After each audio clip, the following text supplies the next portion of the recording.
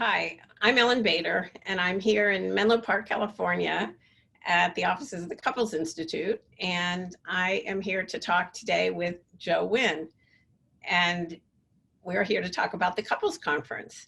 Joe is a new faculty member who's going to be with us this year and who I am thrilled to have joining us. So, Joe, can you just say a little bit about yourself and your background? Sure. My name is Joe Winn. I'm a clinical social worker. I've been in practice now for 20 plus years. In addition to being a clinical social worker and couples therapist, I'm also an ASEX certified sex therapist. I'm also an ASEX certified supervisor of sex therapy.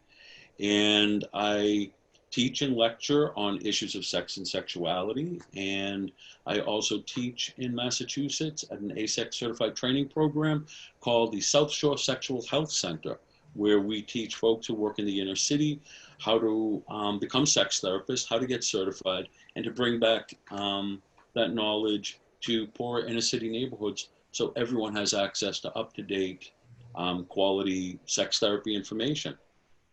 Super important work that you do. I'm really glad you're doing that. Thanks. So the conference this year is focusing on challenges that couples therapists face. Mm-hmm. And I've gotten to know your work in the last year or two, and I'd love it if you would tell our listeners about the workshops that you're going to do. So. Sure. The first workshop that you and I are going to be doing together is called Querying the Developmental Model. And what that workshop is really going to focus on, Ellyn, is taking the brilliance of combining attachment theory, differentiation, and filtering your model through a queer theory lens. And what that means is so many of the models that we're taught as couples therapists are heteronormative and focus primarily on the developmental stages of heterosexual folks and heterosexual couples.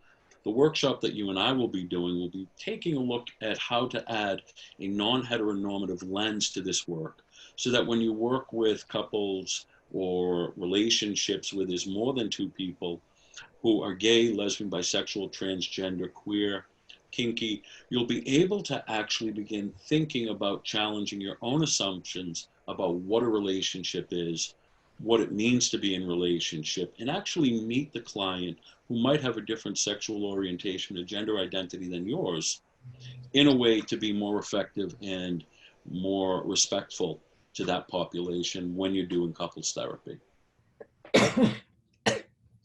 I know that one of the things that you shared in our training community was, a question or two that you ask when you're sitting in the room with a couple who may be cross-culture or may be transgendered. And I think it'd be great if you could just share one or two examples of questions that you might ask.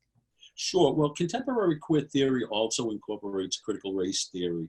And again, one of the things that you want to do when you're working with folks from different gender identities or experiences or different sexual orientations is you want to ask about what it's like to sit with someone who is different than you. So it's not unusual for me to sit with someone who is transgender and African American and to ask, what's it like to sit with a cisgender white male in this room right now? And the reason that I ask that question is to create an alliance with the person to let them know that difficult topics like race, gender, sexuality are not only welcomed here, but they're going to be part and parcel of the work that we do. Oftentimes we have hidden narratives that we don't even recognize are influencing the work we do. And those assumptions can actually be injurious via iatrogenic injury to the clients we work with. By simply asking that question from the beginning, you're creating a relationship where you're letting the person know you don't have to worry about my fragility. Great. Thank you. Mm-hmm. Do you want to add something about your second workshop? Sure. The second workshop is sort of a how to work with queer people 101 workshop. And what that is it takes a look at working with gay relationship structures, lesbian relationship structures, relationships where there may be bisexual people, people may be kinky, or people may be in consensually non-monogamous relationships.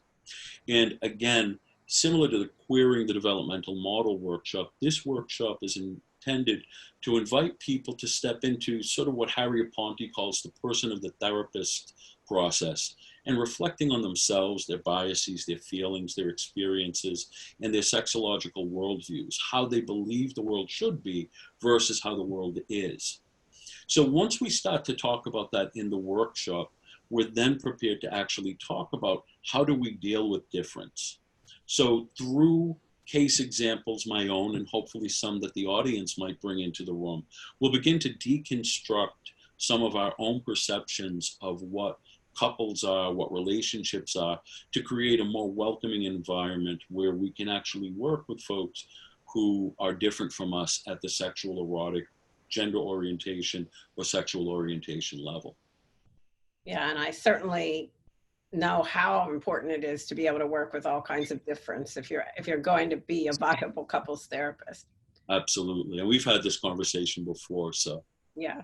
Well, thank you, Joe. I hope anyone listening will come join us. I'm delighted to have Joe with us at the conference. I know he's going to bring a rich new perspective.